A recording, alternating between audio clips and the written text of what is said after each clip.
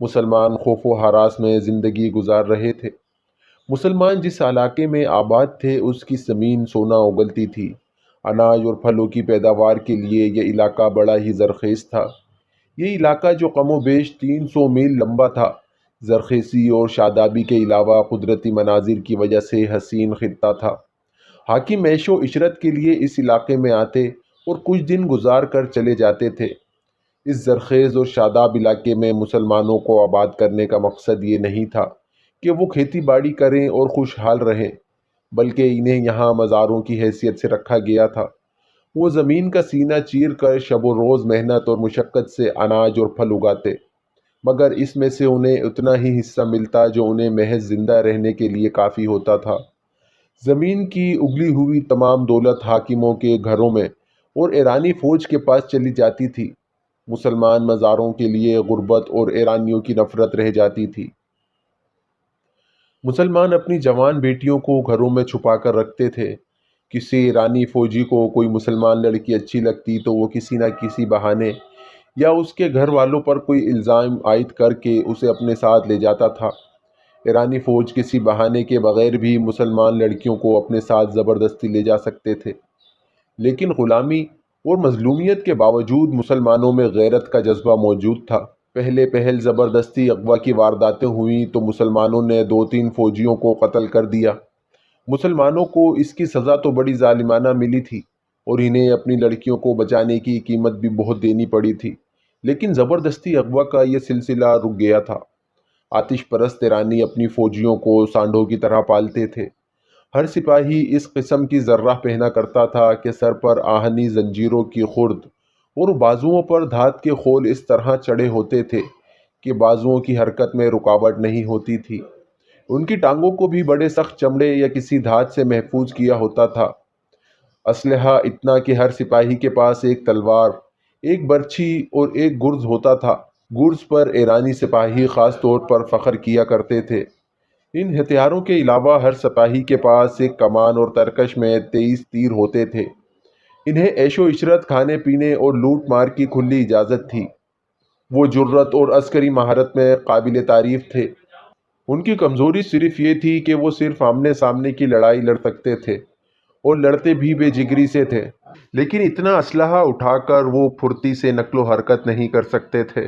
کسی دستے یا جیش کو فوراً ایک جگہ سے دوسری جگہ جانا پڑتا تو وہ مطلوبہ وقت میں نہیں پہنچ سکتے تھے۔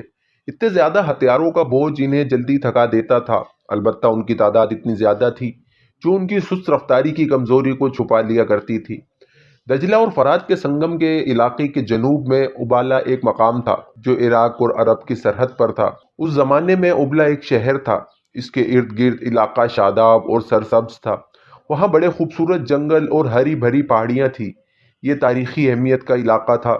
آج بھی وہاں کھنڈرات بکھرے ہوئے ہیں۔ اس خطے میں ان قوموں کی تباہی اور بربادی کے آثار بھی موجود ہیں جنہوں نے عیش و عشرت کو زندگی کا مقصد بنا لیا تھا اور رعایا کو وہ انسانیت کا درجہ نہیں دیتے تھے۔ خدا نے انہیں راہ مستقیم دکھانے کے لیے پیغمبر بھیجے تو ان لوگوں نے پیغمبروں کا مذاق اڑایا اور کہا کہ تم تو ہم میں سے ہو اور دنیا میں تمہاری حیثیت اور تمہارا رتبہ بھی کوئی نہیں، پھر تم خدا کے بھیجے ہوئے پیغمبر کس طرح ہو سکتے ہو؟ آخر خدا نے انہیں ایسا تباہ و برباد کیا کہ ان کے محلات اور ان کی بستیوں کو کھنڈر بنا دیا۔ خدا نے ان کا تفصیلی ذکر قرآن میں کیا اور فرمایا ہے، کیا تم نے زمین پر گھوم پھر کر نہیں دیکھا کہ جو اپنی بادشاہی پر اتراتے اور خدا کی سرکشی کرتے تھے اور جو اونچے پہاڑوں پر اپنی یادگاریں بناتے تھے کہ ان کے نام ہمیشہ زندہ رہیں، وہ اب کہاں ہیں؟ اب زمین کے نیچے سے ان کے محلات اور ان کی یادگاروں کے کھنڈرات نکل رہے ہیں۔ ان کے بعد بھی پرشکوہ شہنشاہ آئے اور ایک کے بعد ایک اپنے کھنڈرات چھوڑتا چلا گیا۔ بابل کے کھنڈر بھی آج تک موجود ہیں۔ اس خطے میں اشواری آئے، ساسانی آئے، اور اب جب مدینہ میں ابو بکر رضی اللہ تعالیٰ عنہ امیر المومنین تھے، دجلہ اور فرات کے اس حسین اور عبرت انگیز خطے میں ایرانیوں کا طوطی بول رہا تھا، اور یہ آتش پرست قوم پہلی قوموں کی طرح یہی سمجھتی رہی کہ اسے تو زوال آ ہی نہیں سکتا، وہ محکوموں کے خدا بنے ہوئے تھے۔ بنت سعود، ایک نوجوان مسلمان لڑکی اپنی سہیلی سے پوچھ رہی تھی، خدام نہیں آیا؟ زہرا بنت سعود کی آنکھوں میں آنسو آ گئے اور اس نے آہ بھر کر منہ پھیر لیا۔ تم کہتی تھی وہ تمہیں دھوکہ نہیں دے گا۔ سہیلی نے زہرا سے کہا، خدا نہ کرے وہ اس بدبخت ایرانی کے ہاتھ چڑھ گیا ہو، خدا نہ کرے۔ زہرا بنت سعود نے کہا، وہ آئے گا۔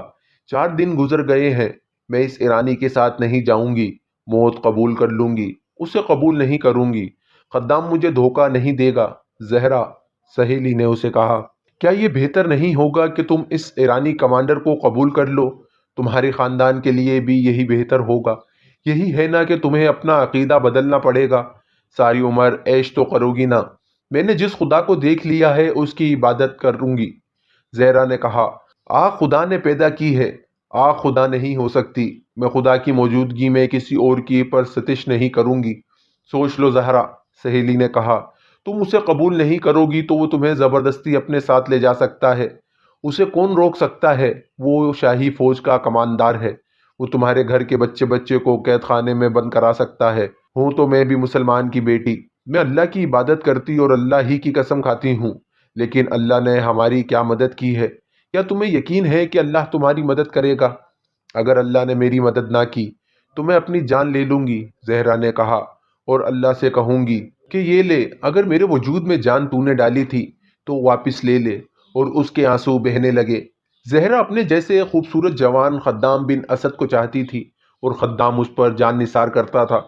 ان کی شادی ہو سکتی تھی، لیکن شمر ایرانی فوج کا ایک کمانڈر تھا جس کی نظر زہرا بنت سعود پر پڑ گئی تھی۔ اس نے اس لڑکی کے باپ سے کہا تھا کہ وہ اس کی بیٹی کو بڑی آسانی سے گھر سے لے جا سکتا ہے، لیکن وہ ایسا نہیں کرے گا۔ میں تمہاری بیٹی کو مال غنیمت سمجھ کر نہیں لے جاؤں گا، شمر نے کہا تھا۔ اسے 2 گھوڑوں والی اس بگی پر لے جاؤں گا جس پر دلہے اپنی دلہن کو لے جایا کرتے ہیں۔ تم لوگوں کو فخر سے بتایا کرو گے کہ تمہاری بیٹی ایک ایرانی کمانڈر کی بیوی ہے۔ لیکن ایرانی کمانڈر، زہرا کے باپ نے کہا تھا، تمہارا احترام ہم پر لازم ہے۔ اگر لڑکی تمہاری دلہن بننا چاہے گی تو ہم اسے نہیں روکیں گے۔ تم غلیظ عربی، ایرانی کمانڈر نے اس نفرت سے جس سے وہ ہر مسلمان سے بات کیا کرتا تھا کہا، تو بیٹیوں کو زندہ دفن کر دینے والی قوم میں سے ہے اور کہتا ہے کہ اپنی شادی کا فیصلہ تیری بیٹی خود کرے گی۔ زرتشت کی قسم، اگر تیری بیٹی نے اپنا ہاتھ میرے ہاتھ میں نہ دیا تو تجھے اور تیری بیٹی کو ان کوٹریوں میں بند کروں گا جن میں کوڑی بند ہے۔ بہت تھوڑی مہلت دوں گا بوڑھے۔ اس کے ساتھ اس کے 3 گھوڑ سوار سپاہی تھے، انہوں نے بڑی زور سے کہکا لگایا تھا، مدینہ بہت دور ہے۔ بدبخت بوڑھے، ایک سپاہی نے اسے دھکا دے کر کہا تھا، تیرا امیر المومنین تیری مدد کو نہیں آئے گا۔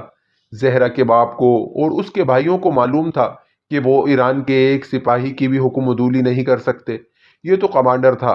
انہیں یہ بھی معلوم تھا کہ شمر ان کی بیٹی کو اٹھوا بھی سکتا ہے اور وہ کچھ نہیں کر سکتے، لیکن اس خطے کے مسلمانوں کے دلوں میں آگ کے پجاریوں کی جو نفرت تھی وہ انہیں مجبور کر رہی تھی کہ وہ ان کے غلام ہوتے ہوئے بھی ان کی غلامی قبول نہ کریں، اور اس کا انجام کتنا ہی بھیانک کیوں نہ ہو اسے برداشت کریں۔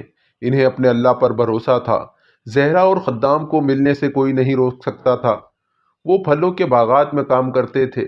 جس روز شمر زہرا کے گھر آیا تھا اس سے اگلے روز زہرا خدام سے ملی اور خوفزدہ لہجے میں اس نے خدام کو بتایا کہ ایرانی کمانڈر کیا دھمکی دے گیا ہے، ہم یہاں سے بھاگ نہ چلیں؟ زہرا نے پوچھا۔ نہیں، خدام نے جواب دیا، اگر ہم بھاگ گئے تو یہ وقت تمہارے اور میرے خاندان کے بچے بچے کو قتل کر دیں گے۔ پھر کیا ہوگا؟ زہرا نے پوچھا۔ جو خدا کو منظور ہوگا، خدام نے کہا۔ خدا خدا خدا، زہرا نے جھنجھلائے ہوئے لہجے میں کہا، جو خدا ہماری مدد نہیں کر سکتا۔ زہرا، خدام نے اسے ٹوکتے ہوئے کہا، خدا اپنے بندوں کو امتحان میں ڈالا کرتا ہے، بندے خدا کا امتحان نہیں لے سکتے۔ خدام گہری سوچ میں کھو گیا۔ یہ تو ہو ہی نہیں سکتا کہ تم اس آتش پرست شمر کا مقابلہ کرو گے، زہرا نے کہا۔ خدام گہری سوچ میں کھویا رہا۔ سوچتے کیا ہو؟ زہرا نے کہا، تم اس شخص کو قتل تو نہیں کر سکتے، ہمارے سامنے ایک ہی راستہ ہے، خدا نجات کا راستہ بھی دکھا دے گا۔ خدام نے کہا، تمہیں ایک اور راستہ میں دکھا سکتی ہوں۔ زہرا نے کہا، مجھے اپنی تلوار سے قتل کر دو اور تم زندہ رہو، تھوڑی سی قربانی دو۔ خدام نے کہا، میں اس نفرت کا اندازہ کر سکتا ہوں جو سمر کے خلاف تمہارے دل میں بھری ہوئی ہے، لیکن اس پر یہ ظاہر کرو کہ تم اسے پسند کرتی ہو، اسے دھوکے میں رکھو۔ میں کچھ دنوں کے لیے غائب ہو جاؤں گا۔ کہاں جاؤ گے؟ زہرا نے پوچھا۔ کیا کرنے جاؤ گے؟ مجھ سے ہر بات نہ پوچھو زہرا، خدام نے کہا، میں خدائی مدد حاصل کرنے جا رہا ہوں۔ خدا کی قسم خدام، زہرا نے اس کے کندھوں پر ہاتھ رکھ کر کہا، اگر تم نے مجھے دھوکہ دیا تو میری بدروح تمہیں چین سے جینے نہیں دے گی۔ میں ایک دن کے لیے بھی اس کافر کی بیوی بن کے نہیں رہ سکوں گی۔ اس کی بیوی بننے کا مطلب یہ ہے کہ مجھے تم ہی نہیں، میرا مذہب بھی چھن جائے گا۔ اگر تم مذہب کی اتنی پکی ہو تو خدا ہماری مدد کو آئے گا، خدام نے کہا۔ خدام، زہرا نے مایوسی کے لہجے میں کہا، میں مذہب کی تو پکی ہوں، لیکن خدا پر میرا عقیدہ متنزل ہوتا جا رہا ہے۔ خدام کچھ اور کہنے ہی لگا تھا کہ باغ میں کام کرتے ہوئے لوگوں میں ہڑبونگ سی مچ گئی۔ تین چار آدمیوں نے خدام کو پکارا۔ زہرا اٹھی اور وہیں سے پودوں میں غائب ہو گئی۔ خدام نے اٹھ کر دیکھا، کچھ دور پرے ایرانی کمانڈر شمر اپنے گھوڑے پر سوار آ رہا تھا۔ اس نے دور سے ہی کہا تھا کہ خدام کو اس کے پاس بھیجا جائے۔ خدام آہستہ آہستہ چلتا شمر کی طرف گیا۔ تیز چلو، شمر نے گھوڑا روک کر دور سے کہا۔ خدام نے اپنی چال نہ بدلی۔ شمر نے ایک بار پھر گرج کر اسے تیز چلنے کو کہا۔ خدام اپنی ہی رفتار چلتا رہا۔ شمر گھوڑے سے کود کر اترا اور کوہلوں پر ہاتھ رکھ کر کھڑا ہو گیا۔ باغ میں کام کرتے ہوئے مسلمان دم بخود دیکھتے رہے۔ انہیں معلوم تھا کہ شمر خدام کی ہڈلی پسلی ایک کر دے گا، لیکن خدام جب اس کے سامنے جا رکا تو شمر نے ہاتھ بھی نہ اٹھایا۔ دیکھ کمینے انسان، شمر نے خدام سے حقارت کے لہجے میں کہا، میں تمہارے باپ پر اور تمہاری جوانی پر رحم کرتا ہوں۔ آج کے بعد میں تمہیں اس لڑکی کے ساتھ نہ دیکھوں۔ اگر تم نے مجھے اس لڑکی کے ساتھ دیکھ لیا تو کیا ہوگا؟ خدام نے پوچھا۔ پھر میں تمہارے منہ پر ایک دو تھپڑ نہیں ماروں گا، شمر نے پوچھا۔ تمہیں درخت کے ساتھ الٹا لٹکا دوں گا۔ جاؤ، میری نظروں سے دور ہو جاؤ۔ شمر گھوڑے پر سوار ہوا اور چلا گیا۔ خدام وہیں کھڑا اسے دیکھتا رہا۔ خدام، اسے کسی نے بلایا اور کہا، ادھر آ جاؤ۔ پھر اسے تین چار آدمیوں کی آوازیں سنائی دی، آ جاؤ خدام، آ جاؤ۔ وہ پیچھے مڑا اور لوگوں کے پاس جا رکا۔ سب اس سے پوچھنے لگے کہ شمر نے کیا کہا تھا۔ خدام نے انہیں بتایا۔ سب جانتے تھے کہ خدام کا جرم کیا ہے۔ اگر یہ مسلمان آزاد ہوتے، ان کی اپنی حکومت ہوتی اور یہ معاشرہ ان کا اپنا ہوتا تو وہ خدام کو برا بھلا کہتے کہ وہ کسی کی نوجوان بیٹی کو اپنے پاس بٹھائے ہوئے تھا، لیکن وہاں صورتحال مختلف تھی۔ انہیں یہ بھی معلوم تھا کہ خدام برے چال چلن کا نوجوان نہیں۔ اس مظلومیت میں بھی مسلمان متحد تھے۔ لیکن باغ میں کام کرنے والوں میں سے ایک نے کہا کہ یہ آتش پرست ادھر کیا لینے آیا تھا؟ اسے ادھر لایا گیا تھا، ایک نے کہا، اور لانے والا کوئی ہم میں سے ہی تھا۔ معلوم کرو وہ کون ہو سکتا ہے، ایک بوڑھے نے کہا۔ یہاں سوال ایک لڑکی اور لڑکے کا نہیں، یہ ظالم اور مظلوم کا معاملہ ہے، یہ ہماری آزادی اور خودداری کا معاملہ ہے۔ آج اگر اس شخص نے اس ذرا سی بات پر مخبری کی ہے تو کل وہ بہت بڑی غداری بھی کر سکتا ہے۔ سب پر خاموشی طاری ہو گئی۔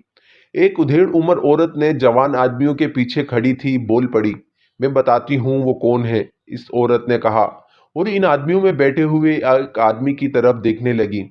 عورت نے ہاتھ لمبا کر کے انگلی سے اس کی طرف اشارہ کیا اور پوچھا، ابو نصر، تم وہاں اس ٹیکری کے پیچھے کھڑے کیا کر رہے تھے؟ ابو نصر کے ہونٹ ہلکے سے ہلے، لیکن وہ کچھ نہ کہہ سکا۔ اسی سے سب سمجھ گئے کہ یہ شخص آتش پرستوں کا مخبر ہے۔